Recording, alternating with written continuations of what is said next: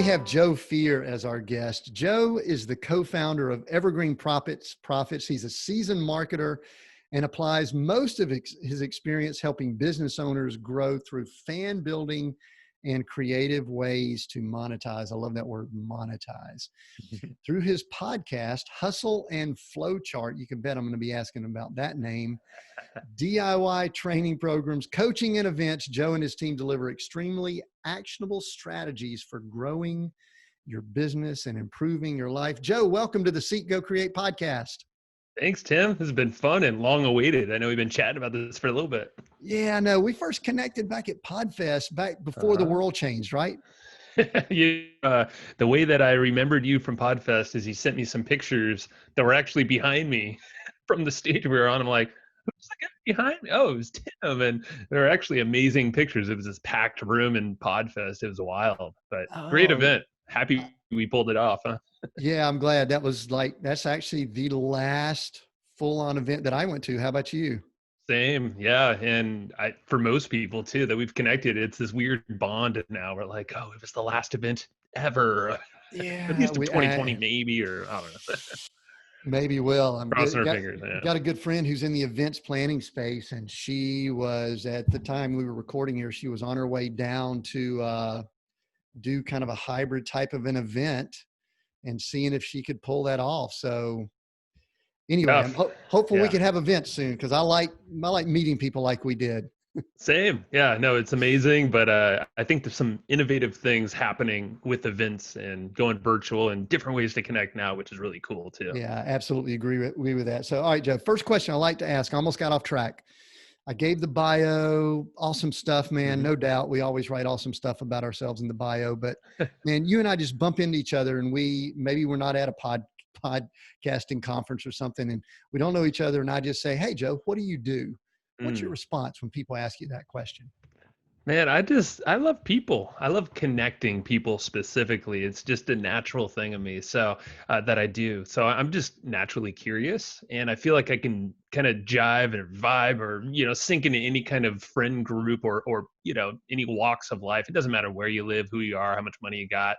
I find a way to kind of gel with the group as long as they're cool people, so I feed off the energy, but naturally I'm a connector. So, if I'm seeing someone over here with an issue, but I know some folks over here, I'm going to make hell and high water and somehow going to make it work there. Sure. And I've kind of turned that into a business. So it's really cool. It's fun. So you would say, it's interesting. I would kind of introduce in the same way, which is kind of interesting how we met. We kind of were both doing that type thing, weren't we? Yeah. So does that give you energy? Is like something that feeds you? I mean, if you go in let's just say, if you're in a lockdown, I don't know, for 90 days and you aren't around people, does it drain you? Is that tough for you? So it's interesting. At first, yes-ish. So I'm not a full-blown, outgoing guy, extrovert. I do love my quiet time. I love the meditation time, the time where I can just kind of sit and think. That is one of those things that I just look forward to. So I'm an interesting hybrid, but from an outside, it does look, I'm just like people, but interesting enough with the lockdown, I'm kind of liking it because it's forcing me to slow down and really evaluate all the places I was letting my energy go to. And mainly it was going to other people and their agendas.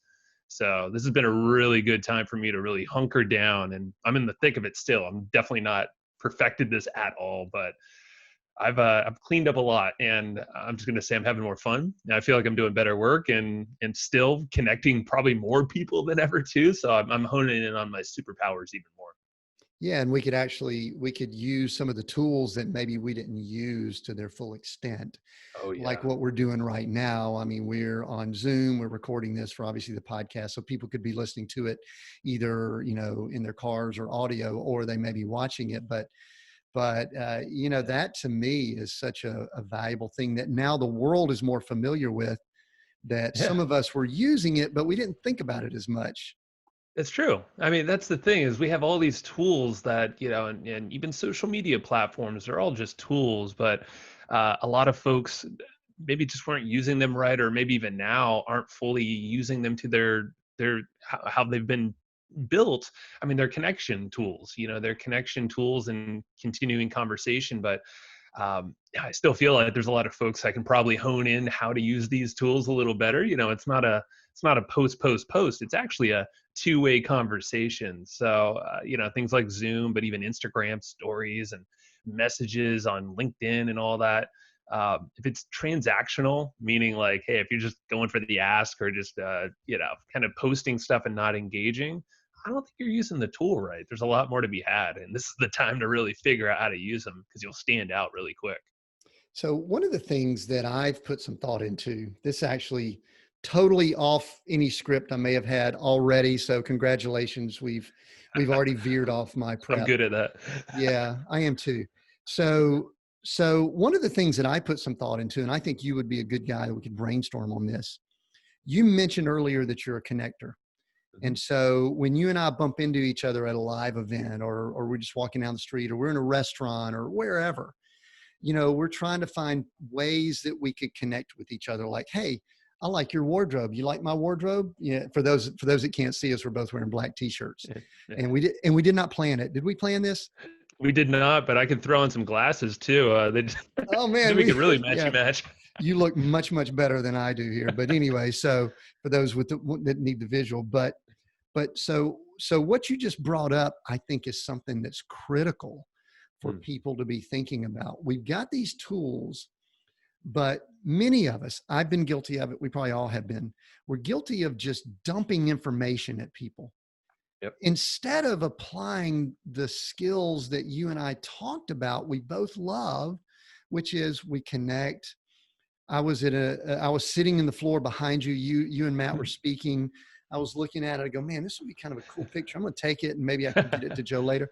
And I was able to do that. And so the question that I ask, and I'm going to ask it to you and see if you could answer, we can banter back and forth, is how do we do that Yeah. in the virtual world? Yeah, no, it's a great question because it's tough to stand out, or most people think it's tough to stand out. It's not. It's really not. And you did an amazing thing at that because I remember. I think we chatted briefly afterwards, right after we were done, because you were right there. So first of all, you positioned yourself perfectly. You were literally There on were the no stage. seats. Y'all had a packed room. I mean, come on. It's not like I I wanted to know. sit in the floor. I'm a 55, 56-year-old guy, man. I don't go sitting in the floor somewhere. I know. I wouldn't want to do that either, man. So, yeah, the fact that like, okay, so maybe it was a little bit of luck, that you positioned, but you could have taken a picture in the back and sent it as well and done the same thing, and I still would have responded. Obviously, now it's just a little bit more memorable because I've never had a picture like that. So, that's amazing. But there's so many tools and strategies and ways to really just start with your own network. Start with the people that know you, people that trust you, and the ones that are going to be willing to support you maybe when things are a little tough right now. And I know a lot of businesses unfortunately have been forced to close down or for other reason are just not doing that great. But my god, like our businesses have been thriving lately because of our network and the way that we connect with the people around us. And it really does start with the people that know, like, and trust us. I know everyone's heard that saying and it's been probably used a million times, but it works. I mean, like the currency that I run by my partner Matt and our whole business is through our network. And standing out is key. So I mean, like just quick hit list. The ways I like to do that is, text folks on their birthday. I'm not going to go on Facebook and post on their wall like everyone else does. I'm trying to be the contrarian here. So I'll pick up my phone. Typically, I'll even do a video. So, using the built-in features, you could do that on all the platforms too, which is really awesome. Again, using the tool with the things that they have there. And audios are great too because people love to hear emotion, cadence, and all the tonality of your voice.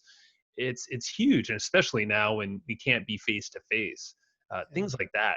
I mean, I have a whole list of other things, but those are probably the easiest ways that I use to just randomly, if someone pops in my mind, I'm usually going to text them, and because there's a reason they popped up, you know. Yeah, I agree with that. And that's a beautiful thing. That for the listener, that's what a connector does. They Mm, are thinking about doing things for other people Probably on a regular basis. And we don't always do that. We kind of can Oh, get distracted and all, which is my second sidebar from how we started that I wanted to go down. And we're going to bounce a little bit here.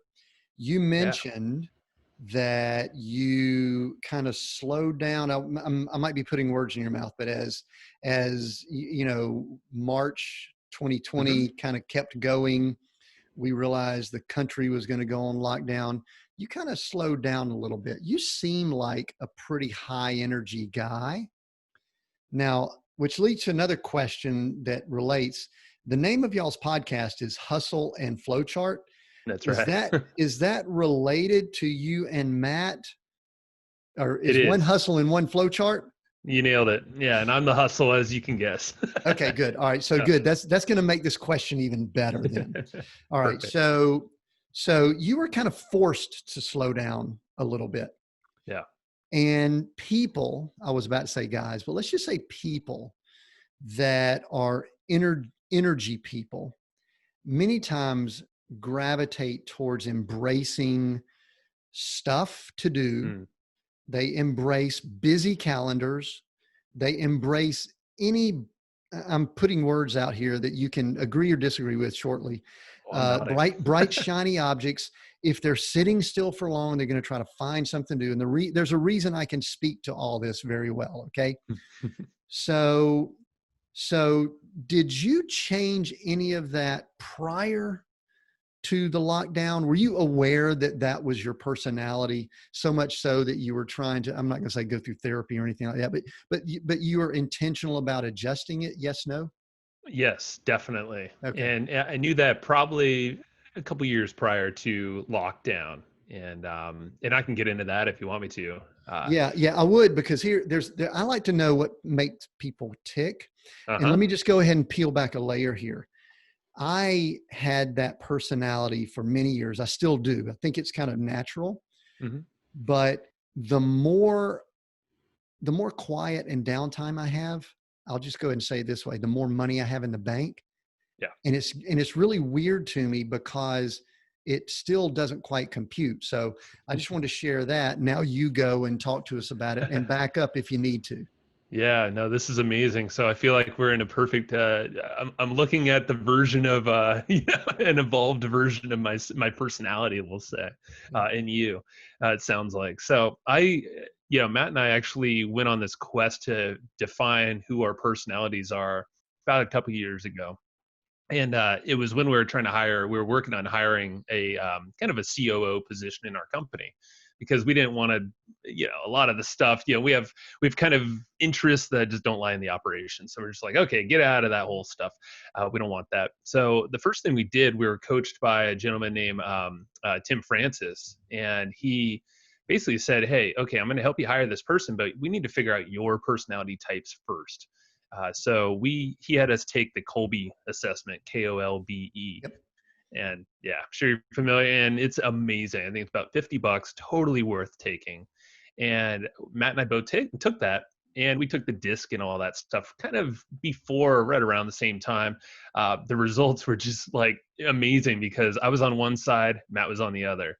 But yeah, and everyone's like, how the heck are you managing this relationship, this business that, or a business relationship you've had for 12, 13 years now? It's because we have a shared vision in the middle, so we have the same belief systems and goals, and we have all that, but it was the communication style, is the task that I'm interested in doing, and the things specifically I just should not be doing, like you were saying, the cutting away of all the doing of things, because naturally I want to do stuff. I want to help people. I want to close the loops and all these things at a quick start. So I was like super high on the quick start, which sounds like you could probably relate at one time. Would you fizzle after you lost interest at all? I would, yeah, with certain things. Yeah, it depends on my motivation. And yeah, the motivation, it really comes from this, I don't know where it comes from, but it's definitely, for me, it's a lot of, I need to have fun. I like creativity. I like spontaneity, things like that. That's why the RV, and like you were saying, really piques my interest. Yeah. So, Yeah. but yeah, like, so that's where it started. And then that's what got us really diving deep into like, oh my God, that's how I tick. Like, those are the things that I just naturally do. So now I'm giving myself freedom to not do like the 80% of stuff that I have been doing.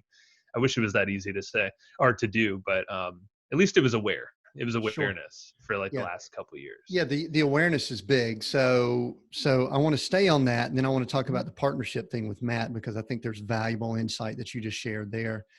But what are some practical things you did? Now, we were all forced to just do things differently. And I've been reminding people of this over and over again.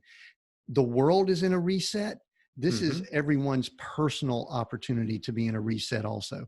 This is the 100%. time to where we can take some of the things we've been doing and just, we've got a lot of distractions that have been peeled away, forced away.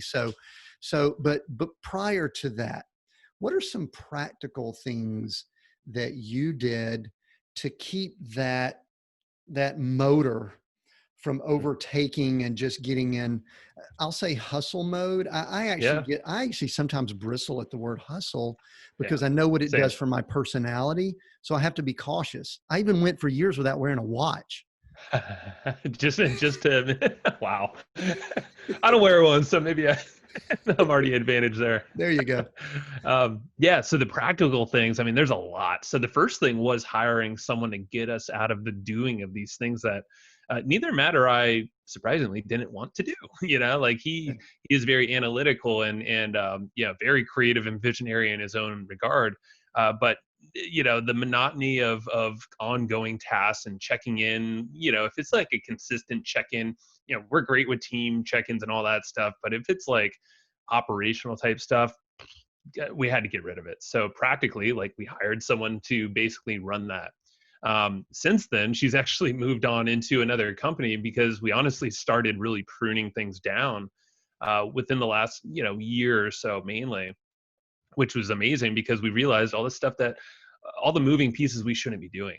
So hiring someone really identified the stuff that we had going on, solved a massive need, helped us build SOPs. And then we realized, okay, we're doing a lot of stuff that really doesn't help with our vision, doesn't help with the revenue that we're bringing in. So let's cut a lot of that stuff, automate it, prune down the team where they're communicating with each other. There doesn't need to be a middle person to do that. So that was a very big practical thing as a business owner. Um, Going to, like, personally, every single day, breathing has been a big part of, like, not just normal breathing, but things like Wim Hof style breathing, or an app that I'm really obsessed with now is called XPT from Laird Hamilton. And it's just amazing, like, these breathing exercises, these patterns really not only oxygenate you, but the whole parasympathetic nervous system, the part that really is the fight or flight, it gets that all in check. So that immediately slows down the wheels, slows down just the fidgetiness. It just puts me in this, kind of sinks me down in my chair, and I'm like, okay, let's focus. So breathing is massive. Yeah. And And yeah. isn't it weird that here we are, adults, and we're talking about success, Mm. and then we begin discussing one of the most basic, fundamental things in the existence of the creation of man, and that is Yeah, slowing down to breathe. it's wild, huh? And it's Some people are listening to this going, okay, man, I was thinking we're going to get marketing, and we are. I've got this on my we list here, but will. like, these two guys, man, these two performance guys, coaches and business guys, they're talking about breathing.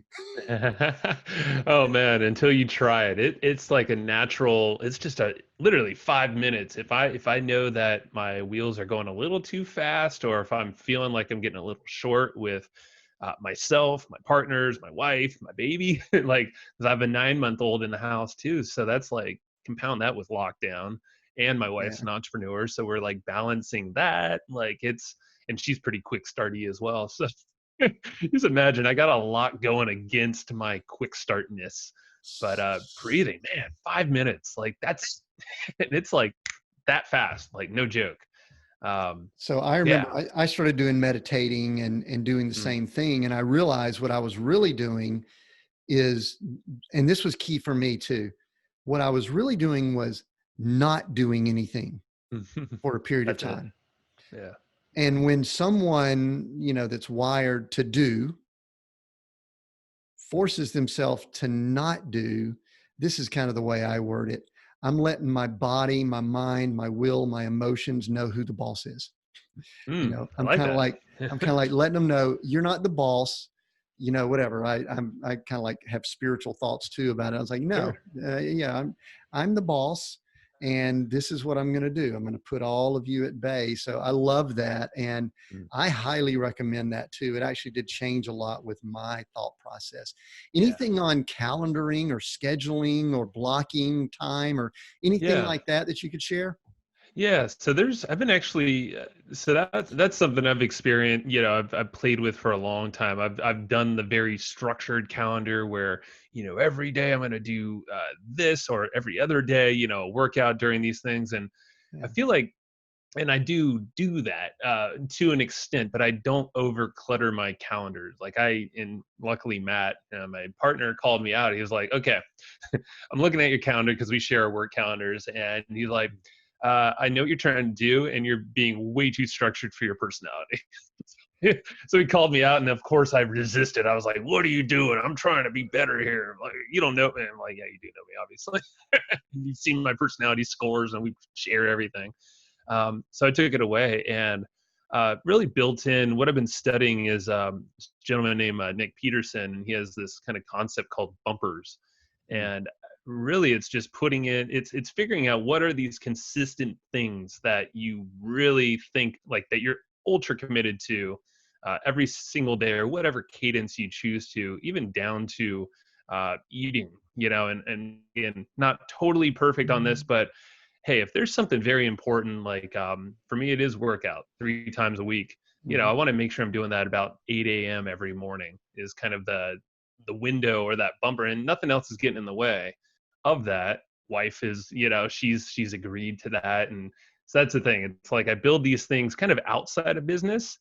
But what I like to do, and this is the biggest challenge, is building in the fun things, the things that are not the have to do in business. It's Mhm. I'm building in my life around, like in my calendar is more like fun stuff. And then the work stuff kind of fills between. So Yeah. it's definitely inverting the common wisdom.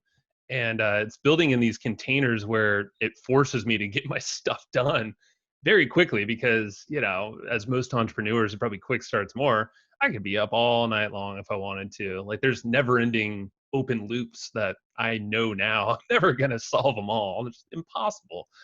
So I could Yeah. always find something. So that One helps contain me. Yeah. yeah, one little sidebar. As you started, I'll say doing less. I don't even know if that's the right way of doing it, Uh-huh. but did your ego mess with you at all? Because let me tell you where I'm Mm. going with that. I've been teaching, coaching, working on leadership stuff since like the '90s. Mhm. When I was 3. No, I'm just kidding. Um, but but one of the things I notice is that many people, we'll call us the hustlers. We'll use that Mhm. term from the podcast. Mhm. A lot of our identity comes from the busyness, Yeah. and if we ever start scaling some of that back, it can start making us wonder if our value is still what it is. Because we really would wear that busyness with pride. Yeah. So tell me, have you noticed that? Am I correct with you? Are you working through that, or have you worked through that? Because I had to work through it. I mean, it's hard at times to sit and say, I'm going to relax and do nothing. Oh my God. Yes. I mean, if you talk to my wife and she's just on the other side of the door, she would be like, uh-huh, Tim, you nailed him. You got him. I Yeah, mean, she called me earlier. I didn't mean to. She said, "Hey, listen. I hear you're a specialist in this, and you live in an RV. Can you work on Joe while y'all are on the podcast?" this is meant to be, man. So, I mean, I'll just say it's crazy because like baseball season just started, and I know it sounds random, but like I just started. I love the Padres, San Diego, and who knows how long the season will actually go. I hope it goes, but I'm finding myself because I love this time of the year because I could sit down for like 3 hours and just kind of like be because I'm not a TV guy. Like I've Yeah, never been a movies guy. I'd never remember him. I'd actually fall asleep. for most of them. But I think it's constant because yeah, my brain is just like, I got other stuff I kind of want to do, but this thing is just kind of bores me in a weird way. But I get fidgety watching something that I really want to watch, which is sports, like baseball. And I don't know. That's one example that stands out. And I'm like, Yeah. yeah, like I caught myself last night. I'm like, I just want to chill for the rest of this inning because I Oh caught my God. myself. I'm like, I could go get my computer and do some emails while I'm watching them. Like, no, just be. And it's a struggle. And I don't know, it's definitely this tricky balance, but now I'm aware of it and I know all these little tools. I think I've just fallen down so many times where I'm just like, I don't like that feeling. And now others are, because I'm allowing others to give me feedback, mainly my wife, but everyone around me, tell me when I'm doing that kind of stuff, when I'm getting short, when I'm fidgety and I really shouldn't be, or when I don't need to work, like slap my hand and say, nope, no more work. um, so I'm open to that, and it's been helping kind of condition me That's to good. slow down. That's good because maybe I'm on the journey just a little bit ahead of you. I don't know, but I recognize and identify the same thing. And because I work with, some high performance leaders also, it's fairly common. It's really Hmm. not uncommon. Thank you. And the cool thing though, Joe, is that, like we talked about earlier, man, the world we're in today, it's really almost like this massive reminder from, I mean, I'm Hmm. God, universe, some people say different things, that, hey, it's time to evaluate what's super important and really Yep. lock in on that. Speaking of super important, you're a husband and a dad Yeah. and 9 months old. See, I'm a new grandfather, oddly Yeah. enough. Congrats, man. That's And amazing. thanks. And let me just tell you, that's a game changer. So you that are dads, y'all are more hands-on. I'm just kind of like, I swoop in, do the fun stuff and leave. But is it boy or girl? You have a boy or girl? Girl. She's a girl. Okay, let me just go ahead and tell you what's about to happen. Let me give you a little Yeah. glimpse here. In about a year to a year and a half, you're going to have a little hand that's going to reach up and it's going to want you to hold that hand and go for a walk. And that is probably one of the most important times to clear your mind, any business stuff there, and look down and totally be intentional on the focus there. And the cool thing is, it probably will, right? Oh yes, it will, and it has. But I know the feeling when it hasn't too. And then I think that has been my biggest driver to flip. I'm like, no, no, no, no, this is not good. Like I should not be, the wheels shouldn't be going on business stuff when I have this little girl that we actually tried to have her for 7 years. So I'm like, Oh come man. on, Joe. I'm like, you got her here, and she's only going to be this tiny right now. And she just started walking actually way too Oh early. man. So maybe that year thing is going to happen like tomorrow So, as the so when path she's my, on. I'm sounding like old grandpa here, but when my kids were that age, we were building a business at the time, Hmm. and I was going at it. I was probably sleeping 2 nights, 2 hours a night and all that. And Yeah. Joe, my biggest mistake then was that I was attempting to build a business to a level that I thought would change everything instead of enjoying the journey. Hmm. And that was huge. So, well, congratulations. Thank you. Good Enjoy, advice too. Yeah. yeah, enjoy every moment of that. I want to back up to you talked about partnerships earlier, and I have so many people, and I do so much work with partners, Hmm. and in general, they don't work. In Yeah. general, Most they're time. Yeah. usually, but you said something that I wanted you to talk a little bit more about, because I'm wondering if it was intentional or accidental. Either way, there's not a right or wrong answer. But you mentioned that you and Matt were like opposite ends of the spectrum in many ways. Hmm. And I've always said, if you get a partner that's just like you, then one of you is not needed. Yeah. There's a reason to have, difference. So how did that partnership form? Were y'all aware of it at the time? And just give us some, because I want this to be something people can learn from that are in partners, and talk about maybe some pros and cons and stuff like that. We're not going to talk Definitely. bad. We're not going to talk bad about Matt, but we're going to talk about some of the good things. It is streaming to my group right now, so I think we'll eventually see it. No, Good. no, we love him. Yeah, no, this is actually one of the most fascinating things between him and I, and it's odd. But to answer your first question is, well, Did we know it for a long time? No. We were like blind to it. But the way that we ended up meeting actually was through mutual friends in the music space. We were both in bands separately, so it was Mm. outside of business, which is really helpful. That's probably the key that actually is the foundation of it all, because we're kind of getting back into music now. And the fun stuff we're scheduling in our calendars now is like, get back into music, which surprisingly for like 12, 13 years that we've known each other, we've like picked up the guitar maybe a handful of times together. We're both guitarists and all this stuff. I'm like, what is wrong with us? We gotta get back to the music thing. So that's how we met. And then I ended up working with his parents and him. So his parents owned a business, and Matt was kind of the COO. He was like manager, overseeing a bunch of people. So on the off hours, and sometimes not off hours, we would start blogging. Like Matt Oh, was kind of already the WordPress tech guy, and I was over here just very curious, doing stuff in the health space, working multiple jobs, kind of hustling then, and going to school. And then we decided, hey, let's put some content online. And then we figured out how to make some money through advertising and some affiliate stuff, affiliate right. links, and kind of grew from there. But we haven't always been business partners in the same thing throughout this entire span of time. Been Mm. partners probably officially three times, three different businesses, I think. Tons of little projects, but we've always been there to support each other. So when he was doing the WordPress stuff, he took that on and made a name out of that as a blogging guy. I took more of the agency, video production, animation route, worked with a lot of big name marketing guys and gals to launch their videos and launches and stuff. So that's kind of like, but as we were separate for about 5 years or so, we always were on the phone with each other at least once a week, Yeah. supporting each other. He was telling me stuff I should be doing in my business. I would do the same to him. Oh, It's that's kind of, I think that's what's really formed a solid foundation, is that we always trusted each other and we always looked out for each other even if we weren't right there in the thick of it. But now, with our Evergreen Profits business, it's been 6 years, maybe 5.5 or so with this version. It's actually had two different versions, started and stopped. And it's never because of any fights. That's the interesting thing. It's always been if we're bored of the business itself, the model, or we just saw it wasn't really leading us to the vision that we had out there for ourselves. Um, so yeah, and then eventually, finally, just 2 years ago, we're like, hey, we should probably do this personality thing and understand each other.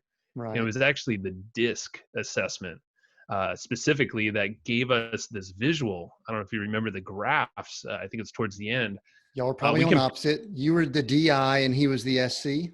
I believe so. Yeah, I always forget, but the map literally was like separate quadrants. We're like, this is the wildest looking graph ever. And we showed a few people, and they're like, wow, you have like the perfect, like, I don't know how this works, but it actually seems to work. And I can kind of visually see it now with this graph. It's always been shared goals, shared vision. And we're always checking in on that too. If that goes away, like, that's the most important thing. I would say that's like 80% of our partnership, is making sure we're on point, on the same page with the vision. It's like a relationship, want to make sure Sure. you're headed the same place. So Yeah, I'd say that's that's the really good. biggest. And the value there, and that's what I do. That's my space. I work with a lot of people in that space, and we love doing those assessments Mm, because if I get like, I'm pretty confident on the disc, you're probably in the high D dominant, and then influence I, and he's mm-hmm. probably the steady and all on the other side.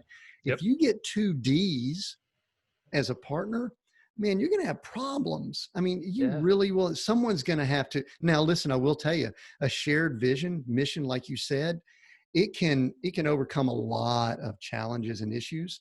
Yeah. But eventually, there's going to be a time where you have to discuss. Listen, what do we really want to do, and what do we want to accomplish?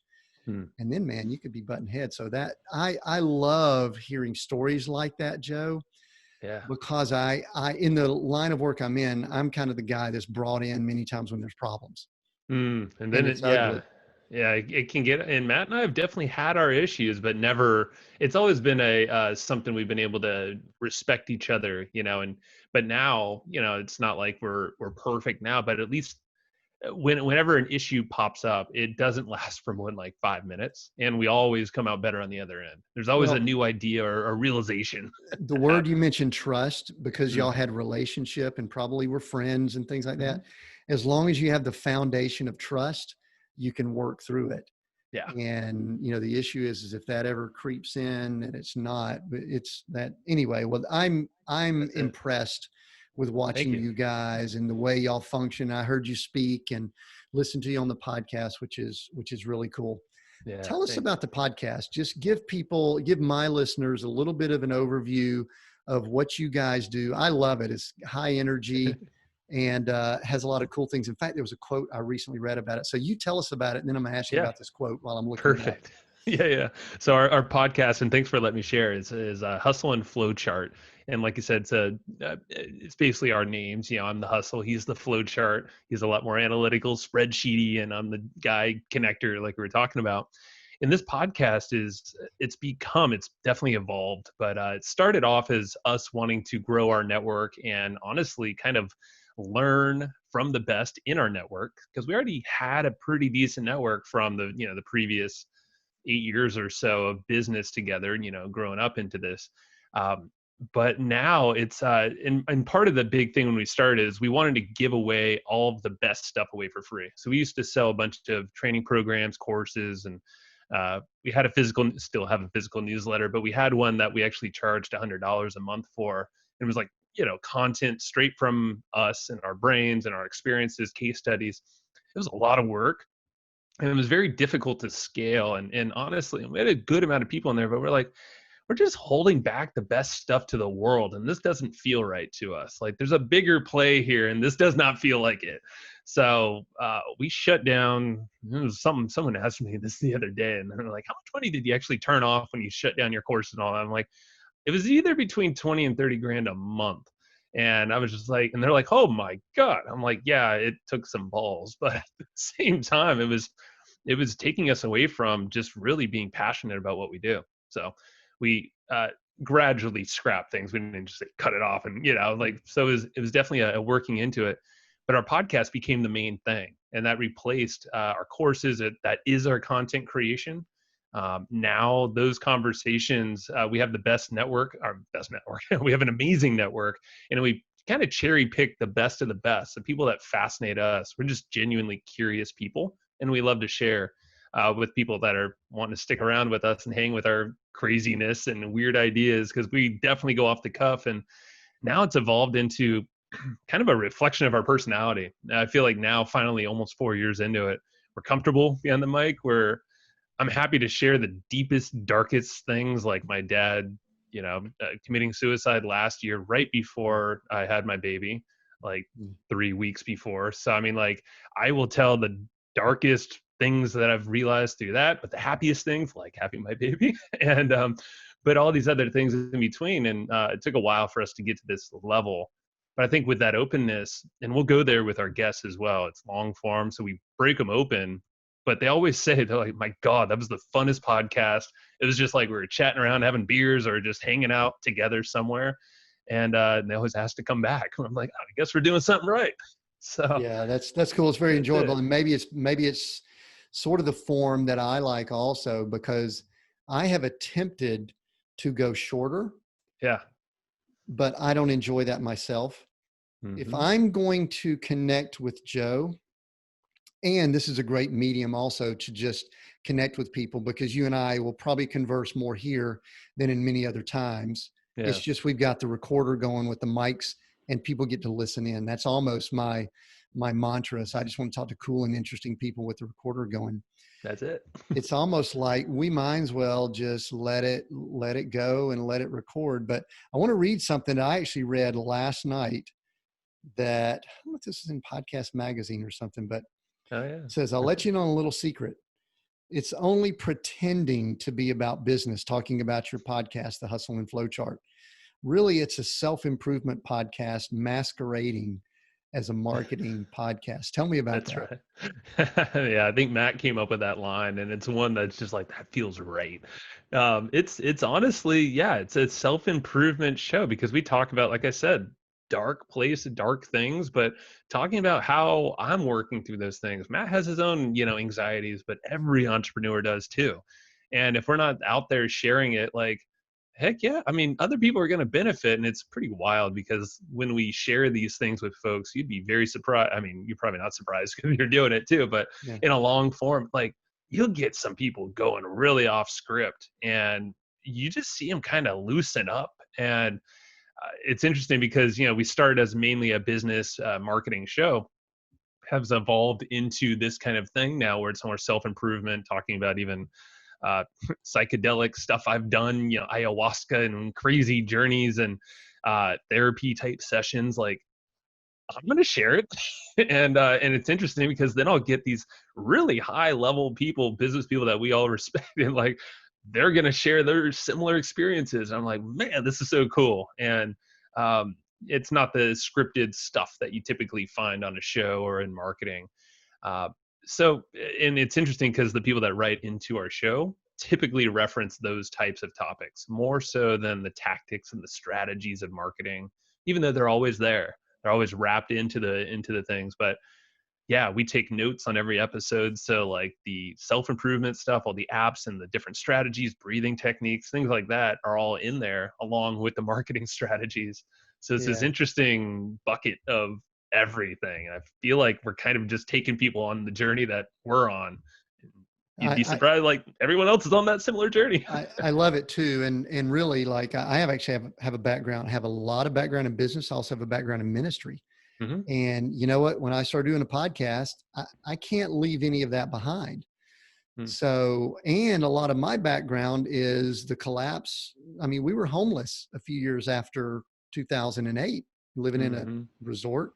And you know what? When I started my podcast, I told that story first, just me on mic, because I just kind of needed to get it out. And it was almost therapy for me, Joe. It was like really Yes. interesting. And it was amazing, the feedback and all that. But I just had a thought about something that we were talking about right when we started this.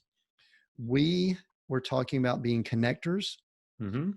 And I asked you a question about how to kind of go deeper with people like you do face to face when you're online.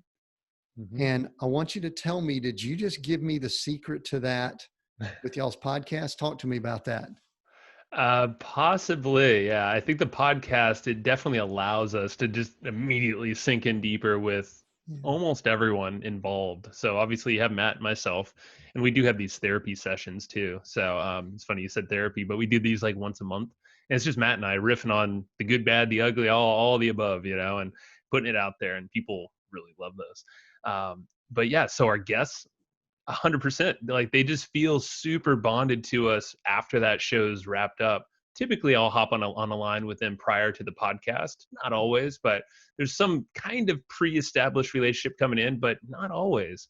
But at the end of it, and a lot of folks that write in, they're like, "God, it sounds like you guys are like best friends with Steven Kotler." Like we just had him on the other day, and like I never chatted with him beforehand, but like we had a blast. Like, we spent an hour, and it was just like we're best buds. And like this guy's a huge thought leader. He's been all over the place, but he's like, "Bring me back. I want to be." I'm like, "This is so fun." I'm like, "Yeah, this is a guy that goes on podcasts probably all the time or stages and stuff." So we have this interesting thing where I feel like the guard's down, and that's how we approach things. If I, at a seminar or even on stage, you've seen us speak, we're not polished.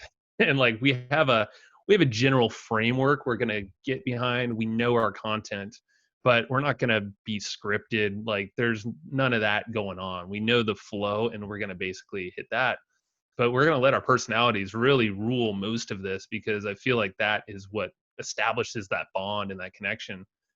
And then yeah, with the podcast, and then after the show, my thing is I always love to go follow up with folks. And actually, my task after a podcast, and this is a great note for anybody, get the pod or the app called Loom, Loom, on your phone. You can get it on your computer, and it works well too. But I always make a personalized video and send it to them an email afterwards, thanking them for their time, any cool takeaways I had personally, or Matt, and in any ways that we can help them out in the future. So I'm always kind of keeping that door open for them, uh, to ask them to join our group and connect with us in other ways, and ways that we can give more value to them.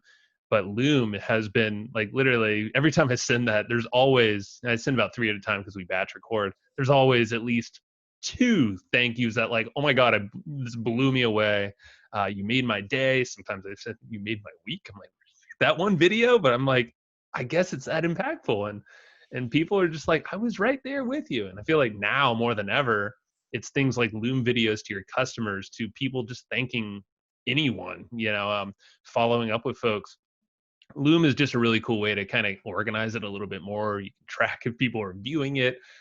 You can even embed like an animated thing in email, so it kind of shows your face, animated, so people are more inclined to actually look at it. Yeah, it's just a way to stay memorable, and I think all of these things are the ways I'm thinking of And post. isn't that really kind of the heart of Mm, marketing? hmm It should be. Yeah, definitely. It's communication and it's collaboration. Yeah. It is. I mean, listen, and we could get Matt on here and we could talk a lot about the structure and the systems and Hmm. automation and all of that of marketing. And all of that is important too. Yep. But you need that heart and that desire to connect. I really like how this is forming up, because I think someone listening is going to get some great tips on maybe why something isn't working right now. Say, listen, I'm Hmm. doing everything that I'm supposed to be doing. I've got all the social media channels, I've got all the email marketing, I've got it all. But what you just mentioned just a few minutes ago to me could be the missing thing, correct? I believe so. I mean, I really think it is. It's that connection and genuine collaboration. Like it's like I said earlier, it's not transactional. Mhm. That doesn't feel right. And that's not a relationship. Relationships go back and forth. And that's why I learned this from, friend and partner now, Roland Frazier, from Digital Marketer. Is he almost every single line of communication from him ends with, "How can I help you now?" Or like, "What can I do to help you?" There's always this kind of ask there. Ask meaning not asking And for something. it's genuine, right? It's not like 100%. cheesy. Yeah. 100%. Yeah. And I've swiped that from him. I always credit him. And it's opened up so many doors. And yeah, most people are just like, good right now. But it's on their mind, because most people are not doing that. They're on to the next thing. They're like just trying to clear out the email. It's like, oh, got to hit the checklist and be done. It's like people are on the other side of this camera. You are. Yeah, there's always people behind all these screens that we're on. And I feel like we lose touch of that. We got to bring that back. Yeah, yeah, yeah. I think years ago we could have lived our lives and connected, maybe small town wherever we Hmm. lived, and connected with 10, 20, 30 people, and I think people probably attempted to connect. I'm sure there were people that didn't. I think sometimes the tools we have fake us out. They're important. We love it. And listen, I know guys like you and I, we love the structure and the systems. I mean, I'm an industrial Hmm. engineer from Georgia Tech, so I love Oh wow. systems Yeah. and the connection part. But it's just, man, to me, if I can't connect with a few people, then I start getting grieved. There's a word that's thrown around right now, and authenticity. Is that what that word Uh-huh. means? You think that's what it means? Wait, hold on. What was the meaning again? What did you say? Authenticity. Do you think that's being authentic with people? That's really being, I don't. It's one of these words that sometimes you Yeah. wonder if it's just people using it, but Yeah, it's kind of tossed around. I mean, I think it's probably what it genuinely should mean, is being true to the other person you're collaborating with, and it's good. actually putting your own voice out there and not filtering or worrying about judgment, and we did that a lot on our podcast. That's why it took us, 2 years to really find our voice. And that's crazy. 2 years, and we were a daily show, or not daily show, sorry, weekly show, and ramped up to twice a week now. It just took time, and I already had that in me, but to actually have the confidence to, feel like, hey, it's okay to put it out there, and everyone can. It's like, if you go to anyone can try this on social media, on Facebook, Instagram, put out something that's super vulnerable that scares the heck out of you, and look at what's going to come. Like, you're going to probably get more responses from that than like, hey, check out this really big name person I just interviewed. Ha ha ha. Look at me. It's like, no, no, no. I don't, for what, I rarely post on social now. I don't even think about it. I used to, but the negative stuff, like losing my dad, massive support. Matt one time was, told a story how he fainted during a whole networking party because he was freaking out of, he's not a super outgoing, like in new people crowds. He literally passed out in the middle of a big networking crowd, high level people here in San Diego, but he put it out there. And the amount of support might not have all been in the comments, but his DMs and all that, Yeah. so much help out there. And it's wild when you actually put yourself out there, your real feelings, like you're going to move some massive things, and you get all the Yeah. support you need. It's out there. Yeah, that's good. Shifting just a little bit, I read Hmm. somewhere, and I don't know if it was you talking about yourself or someone mentioned there was a term serial experimenter. We use the term That would be, serial. We use the yeah, term serial entrepreneur. Does that sound right? Did I read that correctly? That I you think you're just right. Yeah. what the heck is a serial? And it's SERIAL, not cereal like box cereal with Captain Crunch or anything like that. So just so Mm. everybody knows, but what the heck is that? Well, I think we misspelt it, and it was actually Captain Crunch. So no, just kidding. No. I'm cool with that too, man. If you want to go down the Frosted Flakes roll, we can I talk haven't had about it. lunch yet, so I'm right after this. No, so serial experimenter goes back from our day one of content and blogging. So we actually, we just, again, curiosity. It's insanely, like, we're just insanely curious, both Matt and I, in our own ways, of course. I, digest a ton of books, podcasts. He does the same. We kind of approach it from different ways, which is really cool. But we love to share it. So with everything that we're learning through our own podcast primarily, but other forms, we're always going to talk about it. We're typically going to test it in our business if it looks like it's something that's going to pan out positively, or if it's going to make for a cool case study. And we're just genuinely like, oh wow, we learn probably 50 new strategies every podcast day from like the 3 or 4 sessions we do. But we're going to pick and choose these things, and we'll typically commit on the podcast. We're like, that one right there, Tim, like, I'm going to go put into action. You're going to hear from me in like 60 days or so after I get some. And we do. And people love it because we'll just, we talk about it, and we always credit the folks. But that started from back in the day. We used to make these little YouTube videos and share them of just us learning, stuff from Tony Robbins or Frank Kern back in the day. And we're like, wow, how about this new topic? And like, we're going to try this out. And it's just like, we kind of always share curiosity, the experiments that we're putting out there. And that's what makes it a little bit more maybe relatable. That's what people have said is like, wow, you're so open with like the things you're learning. And then you'll actually report back like a month or two later on the podcast and show how you did it and what happened. So It's both the fun. It's good kind of and both the good and the bad. Did you do that as a kid? I mean, when growing up, were you kind of that way, or did that I was develop? definitely curious. I was always curious and wanting to try new things. That's never changed. Now, with business, it's just heightened. So that's where I have to really like, okay, bumper, like reel it in a little bit.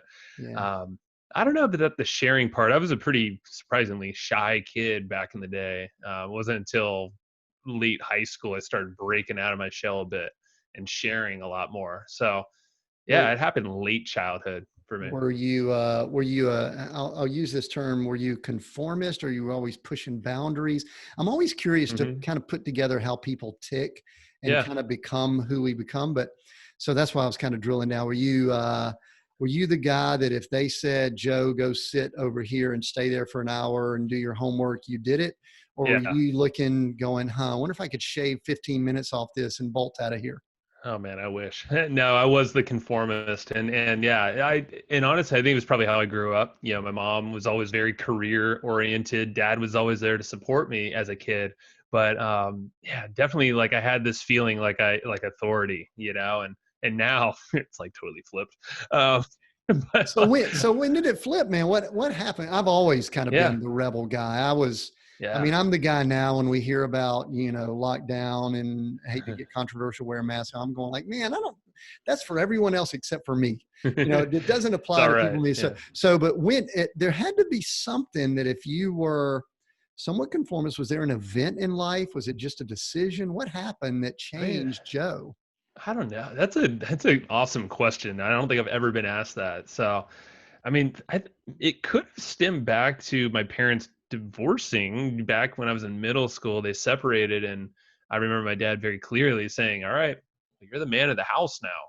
So I was like, "That's a lot of weight," and I don't honestly think it was a little early for me to be the man of the house. But at the same Yeah. time, I think it might have shifted something in my thinking in that, okay, I need to be a leader now. I'm stepping up a notch. I'm not going to be just hearing order or listening to orders and doing without Mm, thinking. So I would say it stems to that because I've done a lot of work from that moment because it's clear as day in my head, that memory. So I think it was that. And that was actually late middle school. But it wasn't until I'd say later high school that I think I came into my own and did a lot more extracurricular things like track and cross country and got involved in some other groups in high school.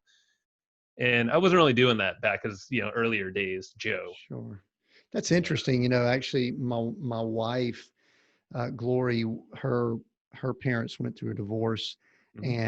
and her mother went through some suicide attempts and all after that. It's kind of, you've kind of brought that up earlier, so Hmm. I don't want to go deep into it, I don't think here, but it's real interesting that she kind of stepped up and became almost a parent during that Hmm. time. And it sounds like you, and the reason I bring this up, Joe, I've got this theory that it's hard to prove, Hmm. that we rarely make huge changes in our life unless there's some form of a catalytic event. Hmm. And so I wasn't, I'm not a therapist or anything like that, but I was just like, I'm always curious about those type changes. So anyways, Yeah. does that make any sense? It makes perfect sense. I think these are the important questions because these are the things that I've done a lot of work on and I still have a lot more to uncover. But with me knowing that and like really identifying this event that, and I think this is where I'm actually getting a lot of work done right now and working through stuff is like, it's not your fault for one. Like there's a lot of stuff that we're just walking Yeah. around from these events that were one time event. It wasn't like it's a recurring thing, but we walk around like it is this pattern, this thing that's maybe always looming if it's, yeah, and obviously we all have our own unique events, but really we're not that far, we're different from each other. It's like we're all stemmed from something in our childhood that's probably holding us back, keeping us stuck in some pattern. And is it until we realize it and actually identify like, oh wow, like that's kind of, I'm not I'm I'm okay, it's just that one time there was like this thing that didn't feel right, but I'm moving on. It's the journey again, like you said. Yeah. And And, that's and my constant reminder to myself too. yeah, we're all dealing with stuff, and that's it. And that's one of the reasons why I love having conversations like this. I love having coaches and Hmm. mentors, and I know you guys do too, is because sometimes we don't dig up some of those things Yeah. until we go through stuff. I mean, I'm pretty clear with people that it was a significant impact on my life when we lost all of those businesses. Some I people bet. would say, man, that's horrible. I mean, we had over 15 million in real estate, in '08. Mhm. But I look back now and I go, you know what? I am who I am today because of that. And like I've said, it's almost like the more I do, the more money it goes into my bank account that has less to do with me, which is really weird when you Yeah. have the personality that if it is to be, it's up to me. But then you realize maybe it's not. And I'm realizing that more in myself now. And that's where I think you are progressed further than I, but I feel like I'm coming on strong because now it's like when I realize something and I kind of get a framework, thank God for the podcast again, because it's brought in coaches like I Mm. got to give a shout out to Erin from mindfix.com because she like literally is changing these patterns for me like overnight, almost immediately, like the overcommitment patterns that a lot of us, the quick starts. I'm sure you've had to deal with that, but my God, like I was able to change that like almost immediately. And but it's like realizing these things that we're walking around in, like, man, we all have work to do, but it doesn't have to be hard. That's the cool, and it can be fun too, It and doesn't. Yeah. fulfilling. And, Yeah. that's part of the fun in life is identifying something that we do Yeah. that we could say, hey, I might want to change that. So, hey, Hmm. Joe, I know that there are people listening to this, and I want to ask for some marketing advice here in just a little while as Sure. we kind of wrap up. We've talked about so many cool things, but I know that something that you guys do is y'all are really all about the business of podcasting and Mm. wrapping things around doing podcasting, monetizing it, making money off of it, all these cool things there. And so, what I'd love for you to do for a little while is I almost want to kind of wind you up a little bit, even though I probably Mhm. shouldn't say that with the things we've been. Let's It's all just kind good. of let's just have a casual talk about somebody listening in, and they're kind of going through this. I might want to start a podcast, or I might be Mhm. interested in a podcast, or I'd like to start sharing some things, whatever that looks like. Can you just talk? I know you do this. You're going to be doing it at an event soon and giving Yeah. tips and all that. Can you talk to that person that might be Yeah. listening, is either thinking about it or maybe they're getting started? I think, Teach them some stuff. yeah, definitely great question, Tim, and thanks. And this is something that I think it's in the next article I'm going to write for Podcast Magazine. Actually, is essentially everyone should have a podcast, and that's for the folks that think they should have a podcast. You should. Like, don't even second guess yourself. Don't look at the charts. Don't look at the number of podcasts that exist, because there's actually not that many in the grand scheme. Yes, there's hundreds of thousands, but count the number of blogs out there. There's millions and millions of them. So most podcasts aren't even live anymore either. So uh, you have your own voice. I would say it's amazing. The benefits. We have a slide in our presentation. You probably, well, you did see it at the event. Something like 15 benefits, and I can go on all day long, of having a podcast. Networking, but just learning, like literally getting some of these folks that might have been untouchables, or the folks that you've only wished you could pay for their consulting fee. You can bring them on your show now and get direct consulting. Obviously, you don't want to be take, but that's a benefit. Growing your network, opening doors. I mean, so many amazing things outside of just sharing your thoughts and having a show. Because we all have our own motivations behind starting a podcast, but I would say just getting going. Start like Chris says from Podfest.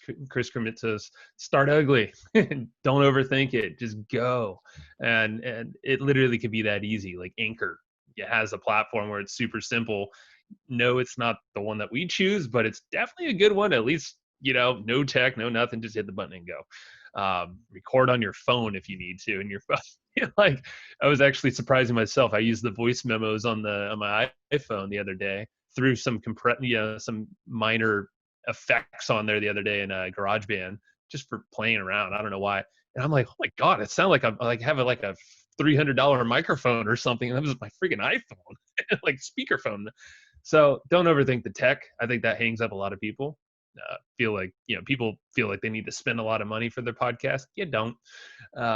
Just start talking. Have a general idea and a mission behind your podcast, but own your voice. And I think you're going to learn just an immense amount of things about yourself, but others along the way. Yeah, I think it's valuable. I'm actually right now in the process of finishing up a novel, and we're about 60-ish episodes in on our podcast. And I am amazed. Everybody always said that a book is such a credibility Mm-hmm. builder. I'm amazed at the doors that open up. I literally had a situation at a restaurant, Joe, I'm sure you have in the position you guys are in, that I almost felt semi like a celebrity when the waiter found out that I had a podcast. I I mean, have had people so fascinated about it. I want to hear yours though.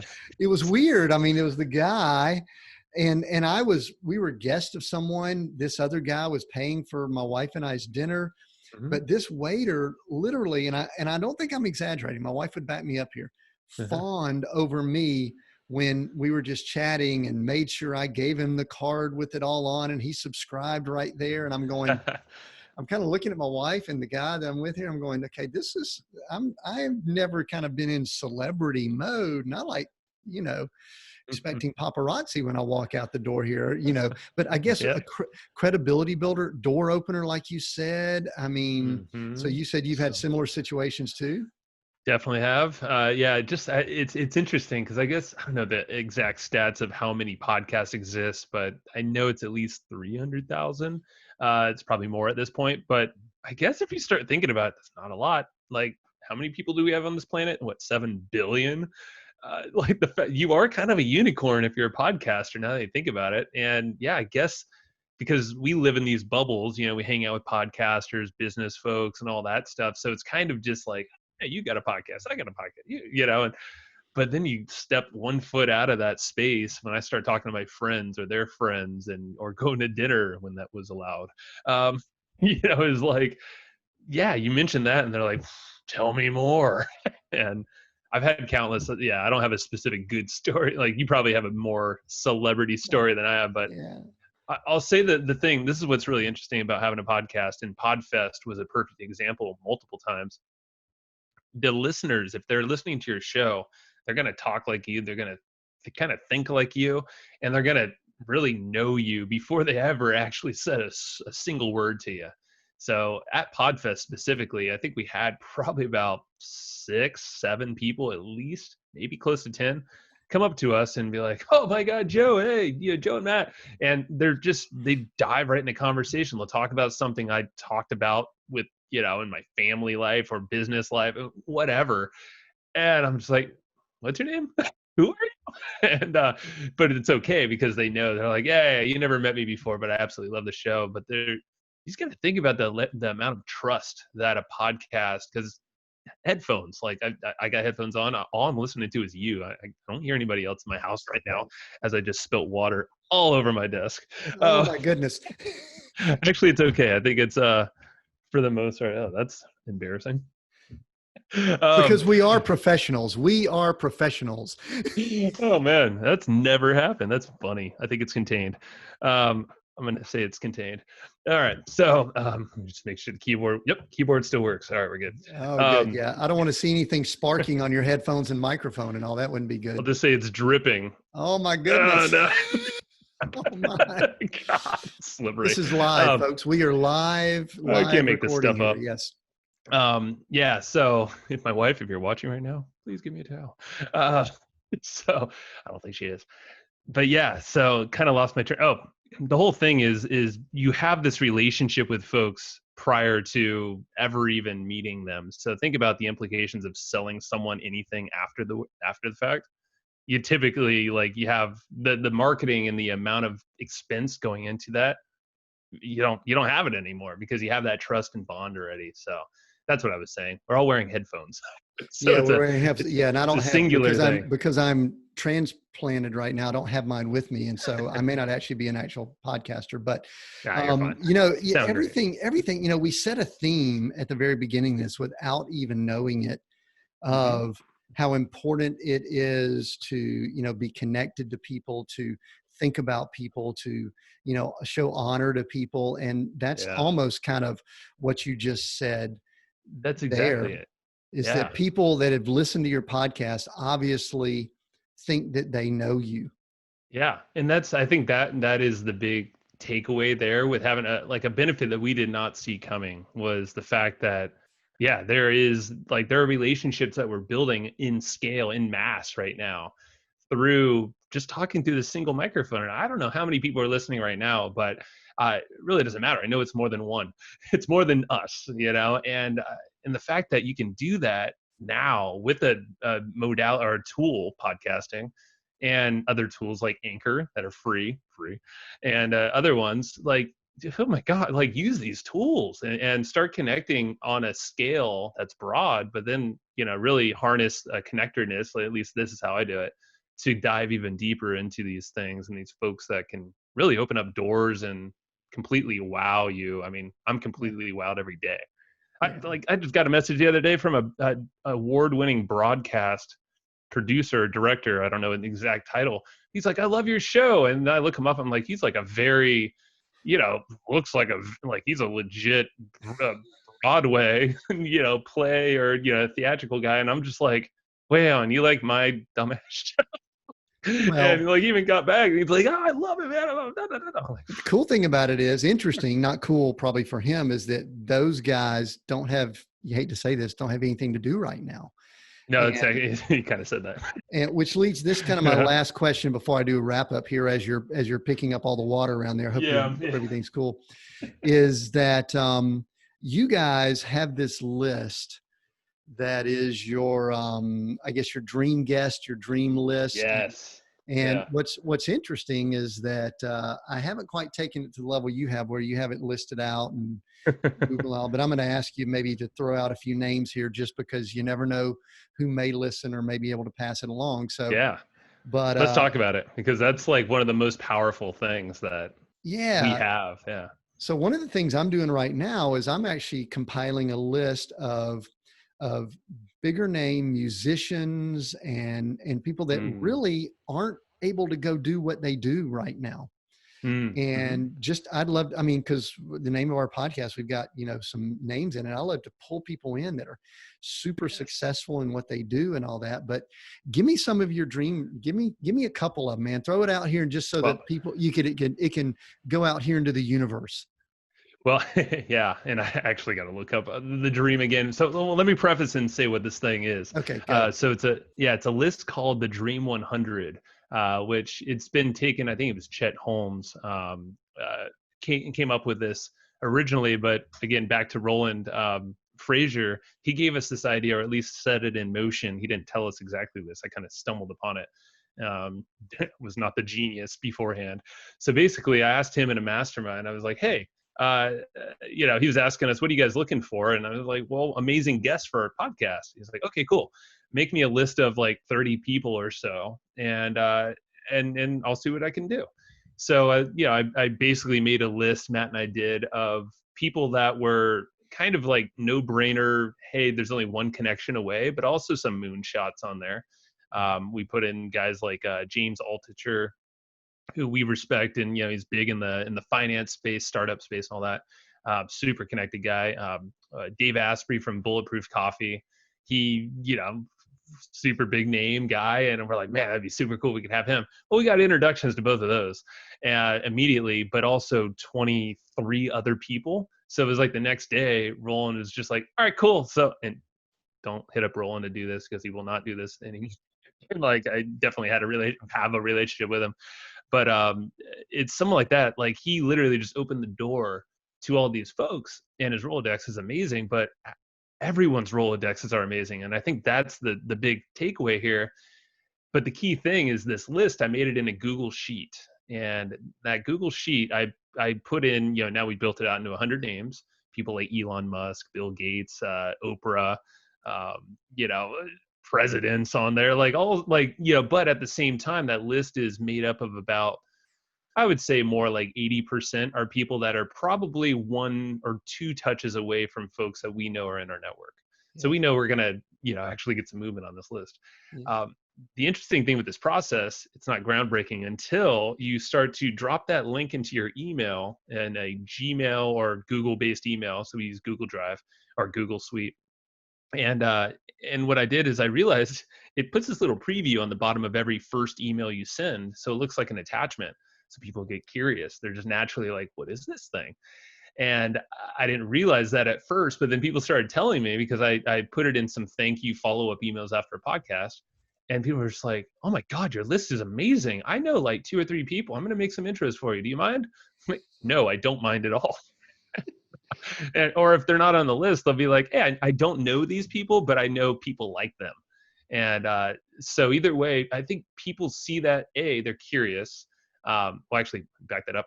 Now I have it in my signature in my email. So every first email I ever send has that preview in the email. So like I just kind of manufactured, like even sending emails to my bookkeeper, that has resulted in intros for us.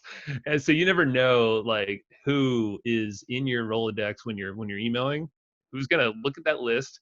And no kidding, it's probably every other day we have an intro or two that are really, really good qualified people for the podcast. And now our problem is we don't podcast enough. so, so Wow. some of these people are like, man, sorry, it's gonna be like 6 months, but Yeah, I we'll get know. you. But that's beautiful. My wheels are turning, and I'm going to meditate on this some, think about Yeah. what's some other applications for that same tactic, it's the same you, technique. you could use it to get on other podcasts. Like I've instructed people to do that or advise them to do that, and they said it works. It's a way to open doors for pretty much anything. Getting on stages, when stages are available again. Anything to open up the door, whatever your goal is. Like like put them on the list, but give some instructions on top of that list to direct people because they're probably going to click into it without knowing what this Dream 100 thing is.